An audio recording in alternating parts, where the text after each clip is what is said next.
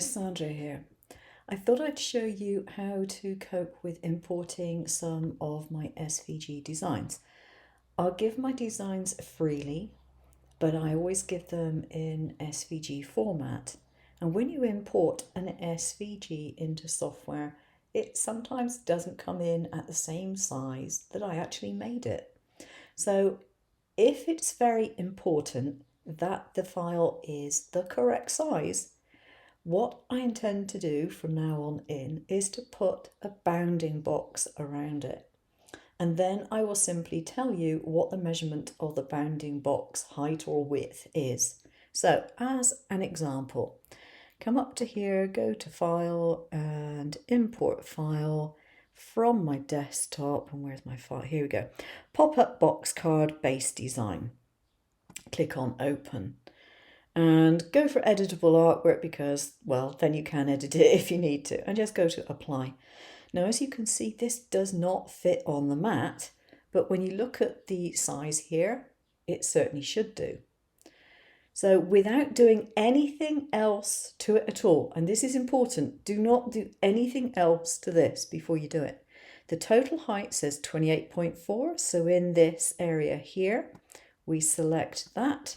We take that out and we put 28.4. Now it is all resized and it's grouped together because it just comes in that way. So you're now thinking, okay, if it's grouped together, how do I separate this out to deal with it? You select it, you can do a right click. So now we have the bounding box, which is simply just to encompass all the shapes, so we can delete that one. Now, if I have grouped certain things together, so for example, if I click on here, you can see it's bringing up a few things. And I'm just going to use my arrow key to move it out of the way because that's the easiest way of moving something without accidentally adjusting any sizes. So that is all grouped together, and that's because it should be cut out of the same material. This piece here is coloured in white. The reason for that, this is the bit that you write your message on because it's going on the back of the card.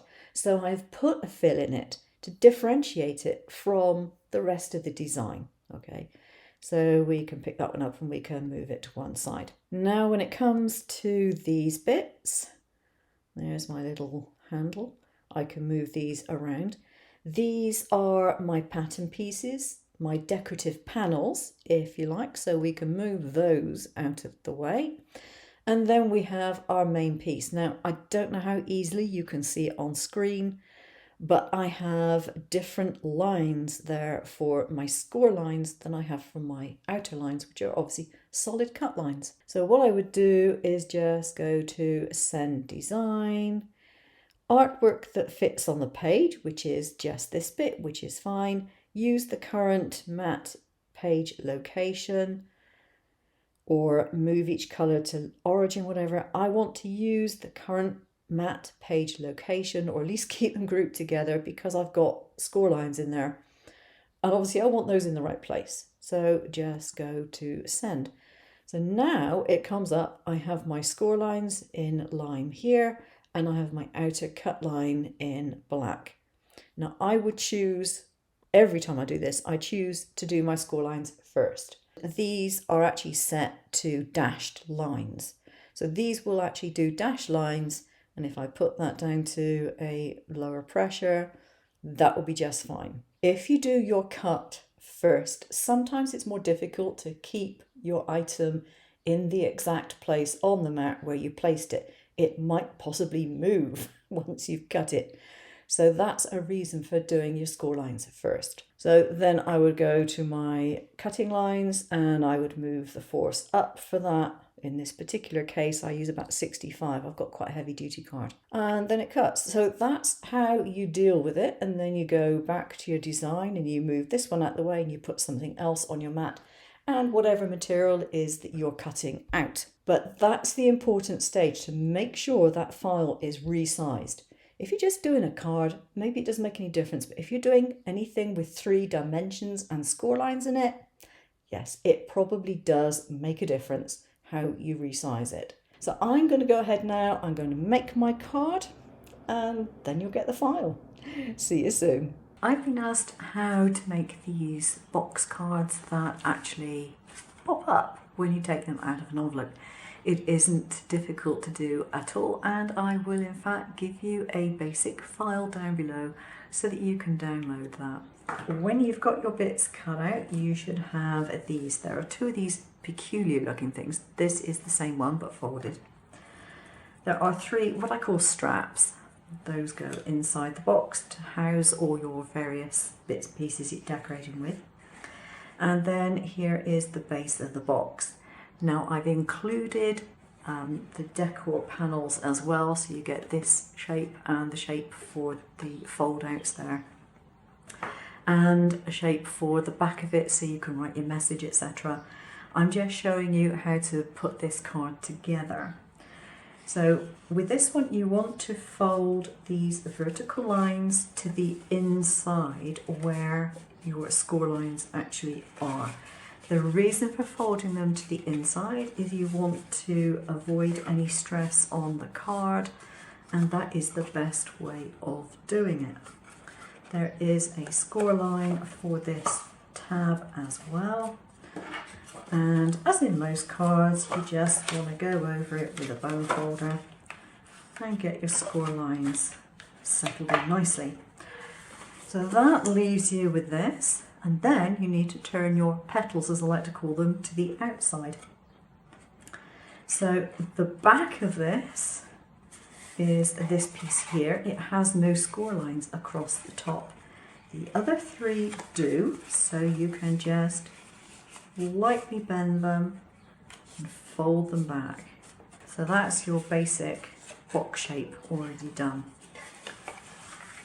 So the next thing to think about are the straps. Now maybe you only want 2 straps in there, maybe you want 3, so it's up to you. I recommend starting off with a middle strap. Now you either want a glue gun or you want a good glue for this, because you don't want them moving once you put them in place, and you need it to dry relatively quickly. So I start off with mine. Now this is the back, so this is the one next to it, and I want it roughly in the center of there if I'm going to put 3 on, so yeah, round about there I think. Make sure this bit lines up with that fold line there, that it doesn't skew up or down. That's important, and that's one of the reasons why I do the middle one first. It gives me something to guide the other ones with. Next one, I'm going to put that one round about there. Again, make sure it lines up so that it's nice and level. Those two can be folded down, just checking they are still level. And the last one, make sure you fold these tabs in all the same direction to make it look nice and neat, by the way. Going to put there, and I can level it up by making sure it's level with those pieces going in that direction, level with the top edge. Hopefully I've got them all level, and I'll find out when I go to close the card up and see if anything is poking up above. Doesn't look like it is, so hopefully those are all okay. So that's the first part of getting the straps done. The second part is to fold the other tabs over. I can open it up and fold it like that. Apply glue, and then you fold this section over that one. So you want to make sure that they are exactly where you want them to be. Occasionally, using a glue like this, they do shift. So I usually use a hot glue, but I'm not doing that because I know what happens when I try and use hot glue in a demonstration. It invariably does something I don't want it to.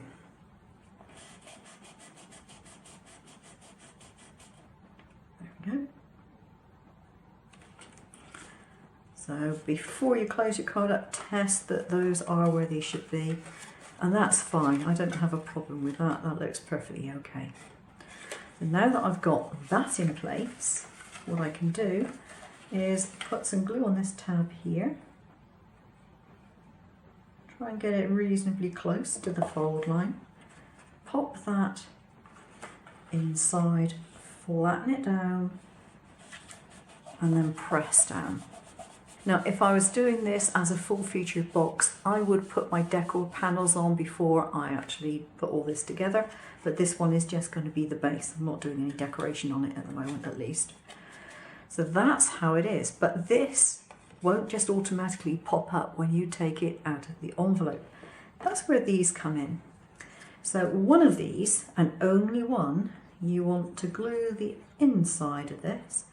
It has a little slit on it, see there, and it has a folded edge to it as well.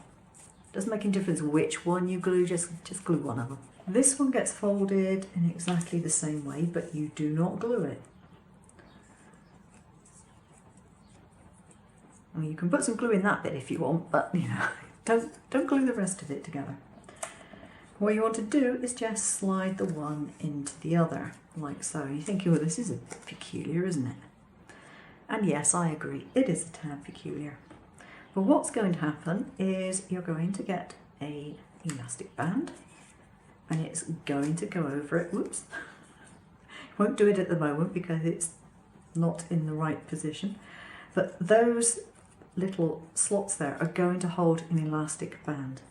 That is all they're there for, just to hold an elastic band. Okay. So this needs to go so that one edge here is in the corner at the back, the other edge is in the corner at the front. Okay. Now, if you happen to have put your strap a little bit close, you won't be able to get it in from the top. But it doesn't matter because you're going to put in the very bottom. But you want to make sure that it goes across diagonally, whichever way, whichever corners you're putting it in, it is diagonal. And because I'm a creature of habit, I prefer to put it in the same corner every time I make one, and then I know where I'm going. Now put it, particularly if you haven't put your elastic band in place, put it so that the slits are towards the bottom.